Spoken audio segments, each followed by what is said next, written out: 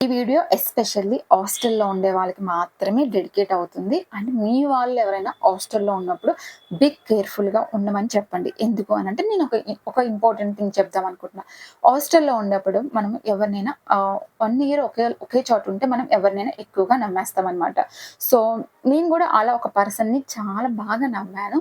So, అది కుస్మా కాదు, సరళ కాదు, గాయత్రి కాదు. ఆ 3 పర్సన్స్ అయితే కాదనమాట. ఫర్ షూర్ చెప్తున్నా. సో, ఇంకొక పర్సన్ కూడా ఉన్నారు. నేనెప్పుడు తన వీడియోలో తీయలేదు, వీడియోలో పెట్టలేదు. ఇన్‌ఫాక్ట్ తను ఇప్పుడు ఇక్కడ లేదు కూడా. సో, ఏంటి అనంటే నేను ఆమెతో మంచిగా క్లోజ్‌గా ఫ్రెండ్‌షిప్ చేశాను. తను కూడా నాతో మంచిగా క్లోజ్‌గా ఫ్రెండ్‌షిప్ చేసింది. కానీ అది ఒక అది తను నేనైతే ఫ్రెండ్‌షిప్ నిజంగానే చేశా. బట్ తను నాతో చేసింది ఫ్రెండ్‌షిప్పో కాదో తనకే తెలియాలనమాట. సో, ఒక నేను తన దగ్గర ఒక రోజు 5,000 అమౌంట్ తీసుకున్నా. సో, తనకివ్వడానికి నా సాలరీ పడ్డ తర్వాత నేను దాచా. చెప్పాను 5,000 నీకివ్వాలి కదా! ఇస్తాను నా అకౌంట్‌లోని అని. సో, నేను తనకి చెప్పిన ఒక 2, 3 డేస్ నుంచి నాకు ఫీవర్ వస్తుంది. ఒక 3, 4 డేస్ నేను ఫుల్ సిక్ అయిపోయా. నాకసలు ఓపికే లేదనమాట. సో, ఆఫీస్‌కి గూడా నేను ఒక 2 డేస్ లీవ్స్ తీసుకొని హాస్టల్‌లోనే ఉన్నాననమాట. ఎప్పుడు తింటున్నానో, ఎప్పుడు పండుకుంటున్నానో ఏమో ఏది నాకు కరెక్ట్‌గా గుర్తు గూడా ఉండట్లేదనమాట.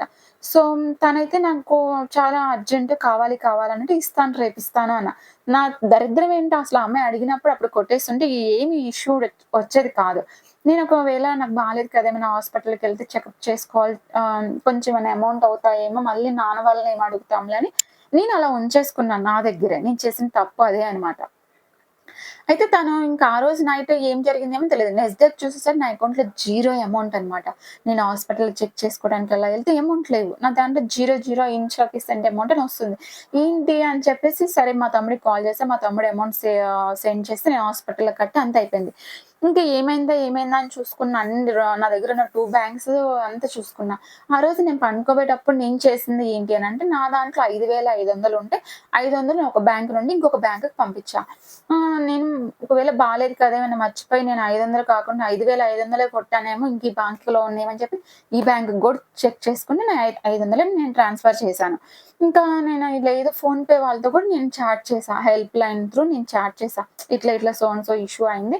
సో నేను కెనరా బ్యాంక్ ఎంత అమౌంట్ పంపించానంటే కెనరా బ్యాంక్ మీరు 500 పంపించారండి ఫోన్‌పే త్రూ అయితే అని చెప్పేసి అన్నారు.